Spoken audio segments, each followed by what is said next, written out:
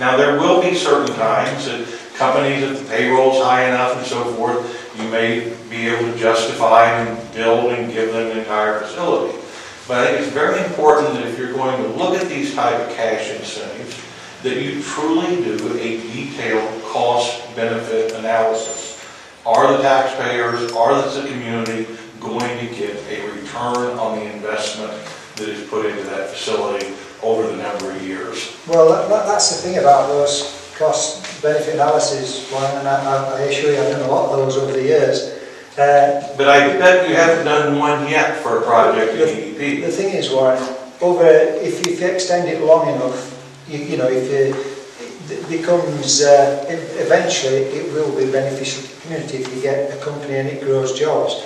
Now, the variables associated with that, you can manipulate very easily by predicting, if you like, this is the number of jobs, this is what it's going to look like in 10 years, 20 years. And so you could justify it quite easily by saying, oh yeah, in 20 years it's going to be a very rosy situation. So, there's so many variables that you can manipulate that, again, it's another amount of work that somebody's got to do. And right now, there's 1.5 of me here, right?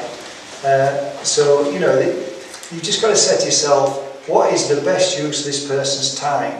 What is going to do this community's, the most good? Is it going out there and getting new business and helping existing business, or is it doing any number of different reports for different citizens in the community or whoever? There's a limit to... No, but it is going to ensure that you're going through the steps, or someone is, that our investment is getting invested the most likely place to have a good return, and that we put as many protections in to limit our losses if it's not. I can't imagine going into Cummins or Holset and not doing a cost-benefit analysis on a future project.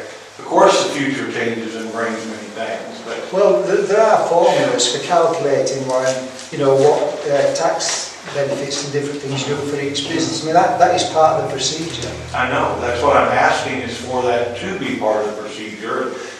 It has not been in the past. Well, it has since I've been here, Warren. It's what? It has been since I've been here. You can pull out and show a cost-benefit analysis on the company that was going to locate the proving ground for Charleston. What I said was, Warren, that there are financial formulas that we go through to calculate the tax and everything. That's what I said. That's totally different. We've always had that. And that's another subject altogether. That's different than a cost-benefit analysis.